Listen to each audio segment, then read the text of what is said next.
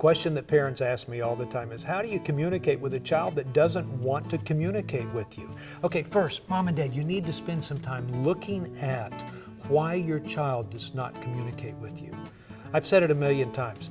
Parents have this tendency to be judgmental, authoritative, and create an atmosphere of perfection. You have to review and say, okay, am I doing that?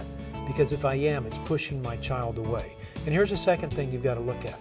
Most of the time, kids don't talk to their parents because they don't feel like they're going to get anywhere with them.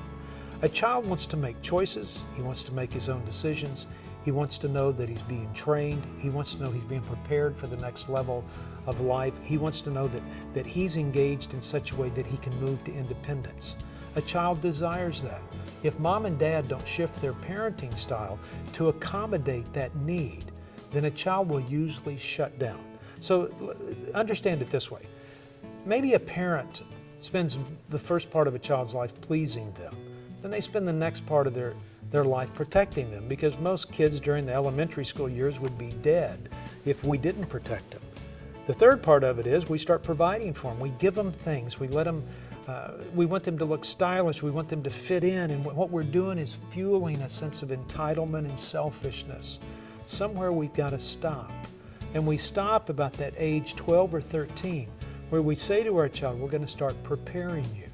And once I make that shift of parenting, it keeps my child from having to rebel against me to get more freedom, or rebel against me to develop more responsibility.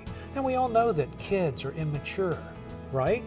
It's because we've overwhelmed them. We've allowed them to be engulfed in materialism. We've done things, we've given them more than kids have ever had before.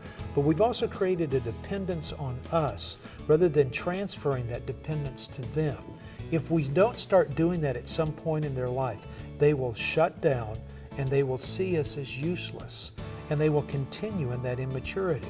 The only way that a child develops maturity is by the assumption of responsibility. And the only way that a parent can help a child develop responsibility is to give it to them. I would tell a child this: I would like to spend once a week with you discussing things and just catching up and making sure that we're doing okay. And if a child looks at me and says, you know what, I don't want to do that, then I would say this is at age 12 or 13, then I will pay for your cell phone as long as you and I get together once a week. If we don't get together, I don't pay for the cell phone that week. If it's a 15 or 16-year-old, I would say, I'm not paying for the car. At some point, I'm forcing the issue, and somebody goes, well, Mark, that's manipulation. I can think of worse things.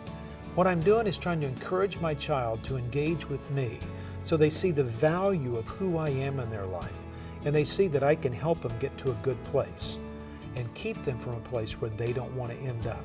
Having discussions is key. You've got to make that happen. So moms and dads, first check whether you're creating an atmosphere for that to happen. The second thing is make sure you've shifted your parenting style. And then the third thing, force the issue. You know, hopefully a child will say, sure, I'd love to get together with you.